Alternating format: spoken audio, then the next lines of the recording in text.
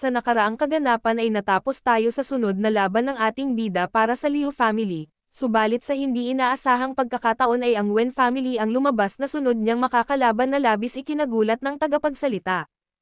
Kaya naman nagtawanan ang mga manunood gayong pareho ang pangalang nakalagay sa screen, ibig sabihin lamang na kailangan ng ating bidang labanan ang kanyang sarili. At nang dahil roon ay napatahimik si Finzon ng ilang minuto, ngunit hindi rin nagtagal ay nagsalita na rin siya kung saan sinabi niyang paano naman niya lalabanan ang kanyang sarili. Gayunpaman ay may isang lalaki ang nagtaas ng kanyang darili ukol sa usaping ito, kung saan ipinahayag ni Mr. Xiao Dafo na idinedeklara niyang direktang sumulong si Grandmaster Zon sa huling laban. Sa kanyang sinabi ay biglang umingay ang mga tao sa kanyang likuran, kaya naman agad niya itong nilingon at kanyang iminungkahi sa lahat na kung sino man ang hindi sumasang-ayon ay umakyat sila sa entablado upang labanan si Grandmaster Zon. Dahil sa pahayag ni Mr. Xiao ay napatanong ang isang matanda kung nagbibiro ba ito, gayong ang paghamon sa taong iyon ay nangangahulugan lamang na pagpapatiwakal kaya't napalingon sa kanya ang dalawang lalaki sa kanyang unahan.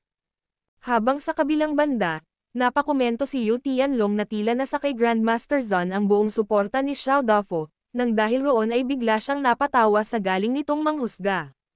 Samantala namang agad ng tagapagsalita ipinahayag na gaya sa sinabi ni Mr. Xiao at ngayong wala rin namang kung sino man ang tumututol, sa pamamagitan nun ay ipinahayag niyang si Grandmaster Zon ay direktang sumusulong sa sunod na laban. Kaya naman nakiusap siya kay Grandmaster Zon na pansamantala ay lumabas muna ito ng entablado upang hintayin ang pagkakataon nito na agad rin namang sinunod ng ating bida. Matapos iyon ay agaran niya na ring inanunsyo ang sunod na laban para sa semifinal, kung saan ang lalaban sa pagkakataong ito ay si Chen Badaw na nagmula sa Wen family, laban kay Ouyang Sijan mula sa Ouyang family. Sa paghaharap ng dalawa ay napuno ng malakas na sigawan ang buong arena bago pa man ito magsimula, kaya kahit sa malayo ay maririnig ang pagkasabik ng mga manunood.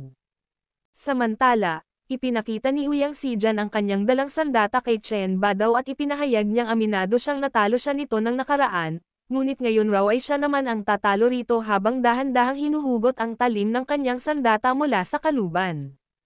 Gayunpaman ay tumugon lamang ang patriarka ng isang mapang uyam na tingin, kaya naman agad itong tinutukan ni Ouyang Sijan ng kanyang espada sabay tanong kung minamaliit ba siya nito.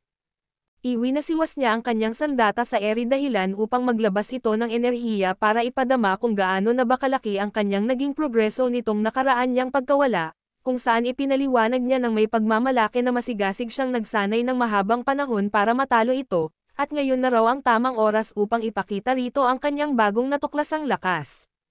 Samantala, biglang napatawa si Finzon gayong para sa kanya ay masyado itong madaldal ngunit isa lamang naman itong mahina, habang sa kabilang banda naman ay napuno ng katahimikan ang arena matapos ni Chen Badaw hindi tugunan ang mga pinagsasabi ng kanyang kalaban.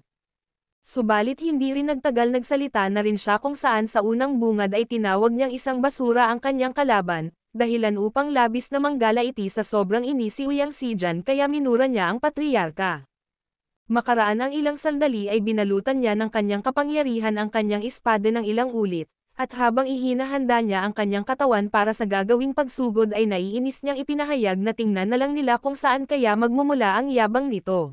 Hindi rin nagtagal dali-dali na rin siyang sumugod kung saan sa bilis niya ay agad siyang nakalapit kay Chen Badaw ng mabilis, subalit bigla na lamang umiwas ang patriarka sa isang iglap bago pa sa kanya dumampi ang atake ng kanyang kalaban dahilan upang mapatameme si Ouyang Sijan sa pagkabigla. At sa mga sandali ring iyon matapos hindi makontrol ni Ouyang Sijan ang kanyang pinakawalang puwersa ay nagdiri-diretso siya patungo sa malaking screen at bumaon siya rito.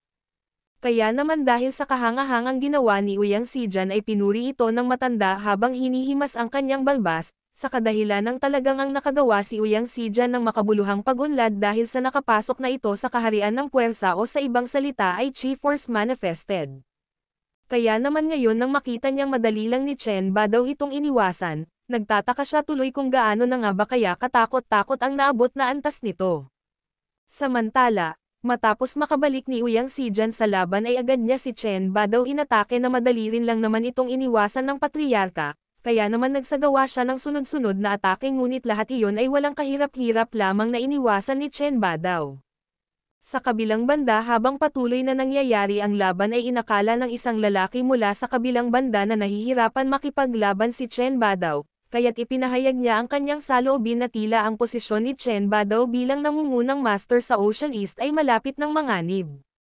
At nang marinig ito ng kanyang lolo mula sa kanyang tabi ay agad siya nitong binigyan ng isang malakas na sampal dahilan upang mapatanong ang binata sa kanyang lolo kung bakit siya nito sinaktan. Kaya naman ipinaalala ng matanda ang sinabi niya rito sabay tanong kung nalimutan na ba nito iyon.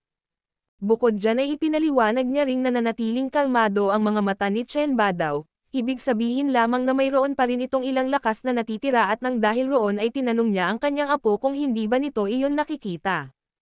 Kaya naman binutukan niya ito sabay muli siyang nagpaliwanag na kinakabisado lamang ni Chen Badaw ang kakayahan ng kanyang kalaban na si Ouyang Sijan, dahilan upang hindi na makaimik pa ang lalaki habang maluhaluhang nakahawak sa kanyang pisngi. Samantala, sa ikaapat na atake ni Ouyang Sijan ay muli lang itong madaling naiwasan ni Chen Badaw habang nakangiti pa, kaya't sa mga sandaling ito ay napapaisip na si Ouyang Sijan kung bakit pakiramdam niya ay may masamang mangyayari. Subalit kahit na gayon ay itinuloy pa rin niya ang kanyang mga pagtatangka at dinagdagan pa niya ng kapangyarihan ang kanyang sandata. Sabay agad na rin siyang umatake direkta sa puso ng kanyang kalaban. Ngunit sa mga sandaling iyon tuluyan nang inilabas ni Chen Badaw ang kanyang lakas para bumawi, sa isang iglap ay malakas niyang sinuntok si Ouyang Sijan sa sikmura dahilan upang tumilapon ito sa lakas ng impact. At nang dahil rin doon ay biglang napasuka si Ouyang Sijan ng dugo habang patuloy pa rin ang pagtilapon. Hindi nagtagal tuluyan na rin siyang huminto, ngunit malayo na ang kanyang narating sa isang suntok lamang na iyon. Kaya naman dahil roon ay mas lalo itong kinilala ng patriarka bilang basura. Matapos bumagsak ni Ouyang Sijan, bagaman siya'y nahihirapan mula sa natamo niyang panloob na pinsala ay pinilit niya pa ring bumangon ng dahan-dahan.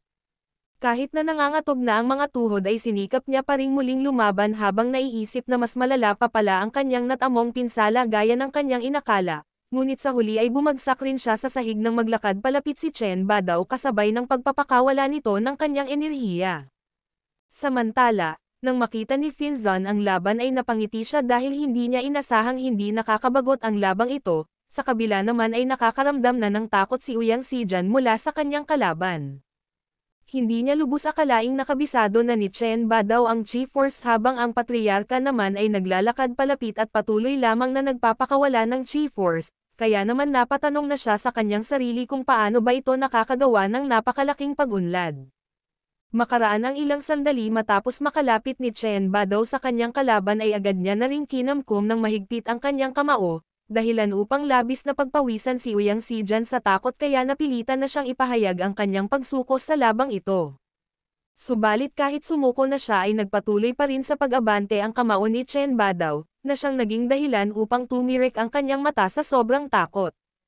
Bumulusok ng napakabilis ang atake ng patriarka mula sa taas patungo sa sahig na kanilang kinatatayuan, kung saan nawasak ang sahig ng arena sa nangyari at tumalsik kung saan-saan ang bawat libreng tinamaan ng suntok. Makaraan ang ilang sandali matapos humo pa ang usok ay lumabas malapit sa tabi ni Ouyang Sijan ang isang malaking lubak kaya naisip ni Ouyang Sijan na muntik na siya roon, lumingon siya sa hukay at napagtanto niyang patay na sana siya ngayon kung siya ang sumalo ng atakeng iyon. Nang dahil sa pagsuko ni Ouyang Sijan ay naglakad na si Chen Badaw, ngunit bago lumayo ay muli niyang tinawag ang kanyang kalaban na basura sabay sabing hinding-hindi siya nito malalampasan kahit na sa buong buhay pa nito.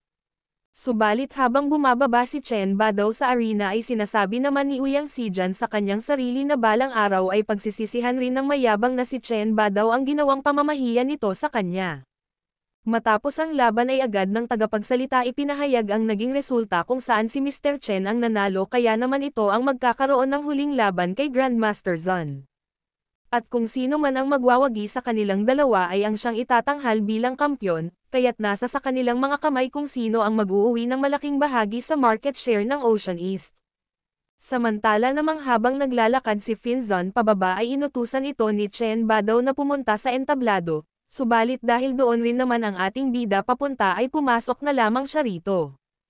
Matapos magkaharap ang dalawa ay labis na nasabik ang mga manunood na makita ang kanilang pakikipagtagisan, dahil na rin sa ito na ang panghuling laban. Ngunit bago pa tuluyang maganap ang paglalaban ang dalawang malakas ay nagkatinginan muna sila, at dahil ito na ang pinakahihintay ni Finzon na pagkakataon ay lalo na siyang naging seryoso. Sa kabilang banda naman kung nasaan si Miss Linro ngayon, habang tahimik na nagpapahinga ay tinanong sa kanya ni Tank kung ano na ang nangyari tungkol sa assassin, sinabi niya ding napakaduya ng hangal na Chen na iyon. Ipinaliwanag naman ni Miss Linro kay Tank ang kanyang naabutan kung saan pagdating niya raw doon ay sinusubukan na itong pagtripan ng lalaking iyon, at kung hindi dahil sa kanya tiyak niyang ang inosente nitong subalit hindi na niya itinuloy pa ang kanyang pagsasalaysay at bigla na lamang siyang tumawa. Nang marinig ni Tank ang sinabi ni Miss Linro ay labis siyang nanggalaiti kay Boy Labo, kaya naman minuramura niya ito sabay ipinangako niya sa kanyang sarili na papatayin niya ang lalaking iyon. Matapos ang kaganapan kina Tank ay mabilis na ring bumalik ang eksena sa arena, mula rito ay tuluyan na ring ipinahayag ng tagapagsalita na ngayon magsisimula na ang panghuling laban. Gayunpaman bago maglaban ang dalawa ay sinuri muna nila ang kani-kanilang kalaban, at nagpakiramdaman sa kung ano ang lakas ng isa't isa ng ilang sandali. Nang dahil roon ay napasigaw ang kanilang mga manunood kung bakit hindi ang mga ito gumagalaw, habang ang isa naman ay napasambit na tila pareho ang dalawang malaki ang tiwala sa kanilang taglay na lakas kaya gusto muna ng mga itong maunang sumugod ang kanilang kalaban. Bukod roon matapos niya lamang mapagtagpi-tagpi ang kanyang hinala ay dito na niya napagtantong ginagawa ito nila nang sa gayon ay mas malaman nila ang lakas ng kabilang partido. Mula naman sa gitna ay ipinahayag ni Taba na nauubusan na siya ng pasensya sa kadahilan ng inip na siya at gusto na lamang mapanood ang laban ng dalawa. Samantala, sa isang iglap ay bigla na lamang ang ating bida at si Chen Ba daw kumilos ng mabilis kung saan sa kanilang bilis ay ang dating imahe na lamang ang naiwan sa kanina nilang kinatatayuan, at bigla na lamang nagtama ang kanilang kamao sa isang kisap mata subalit pareho naman silang hindi nasaktan. Ilang sandali lang din ay nagpakawala sila sa isa't isa ng sunod-sunod na atake kung saan makikitang sa ngayon ay pantay lamang ang kanilang sabayan. Kaya naman napasabi si Chen Ba daw na medyo ginulat siya nito bukod sa nakaligtas na ito ay naging ganito rin ito kakapangyarihan. Gayunpaman ay tumugon lamang ang ating bida na gusto niyang maghiganti rito, kaya't kinuha niya ang opinyon ni Chen Ba daw kung ano ang nais nitong kasawian. Pagkatapos ng sandali nilang kamustahan ay mabilis na silang pareho tumakbo palapit sa isa't isa, at nang makalapit ay magkasabay rin nilang ihinanda ang kanilang atake na sinamahan pa ng malakas na kapangyarihan.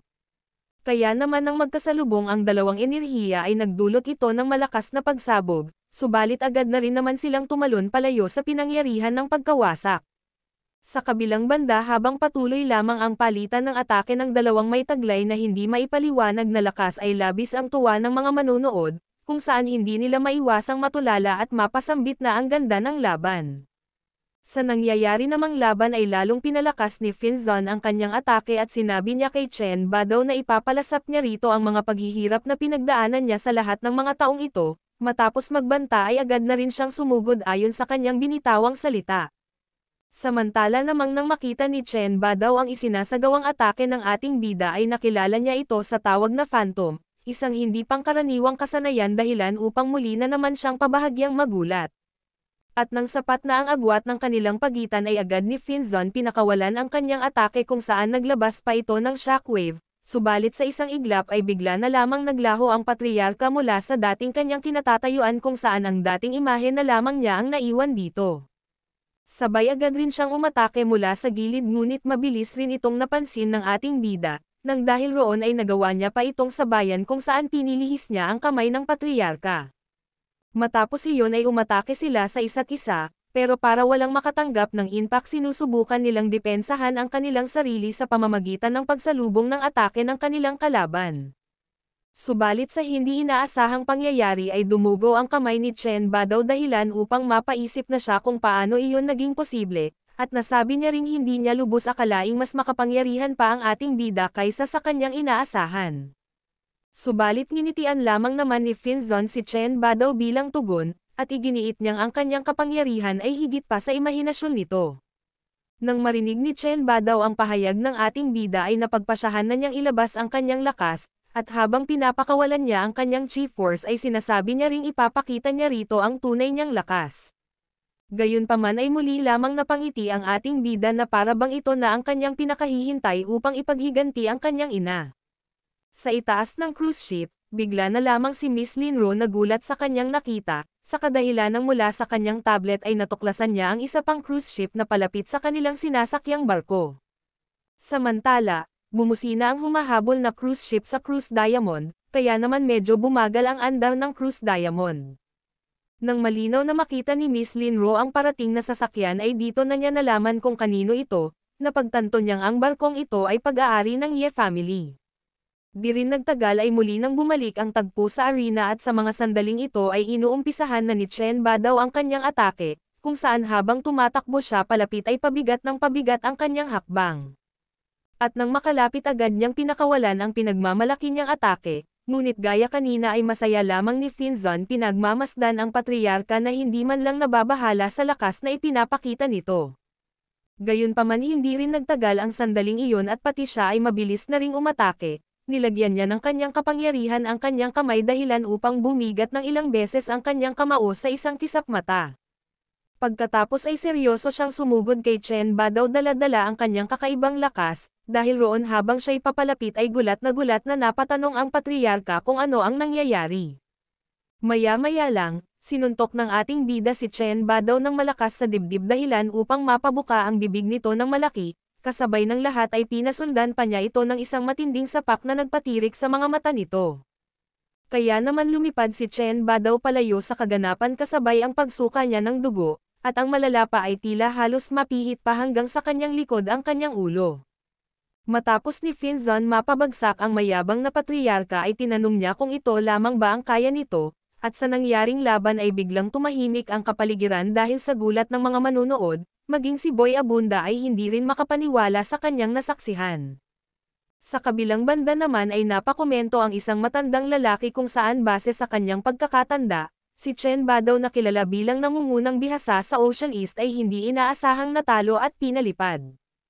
Kaya naman ngayon ay kinilala na niya ang ating bida na isang kakilakilabot na tao sa kadahilanang sa kabila ng kanyang kabataan, nagawa nitong malampasan si Chen Badaw. Mula sa loob ng VIP box pati si Chen Tianwei ay hindi nakaligtas, hindi niya lubos akalaing matatalo ang kanyang ama kaya napatanong siya kung paano iyon nangyari.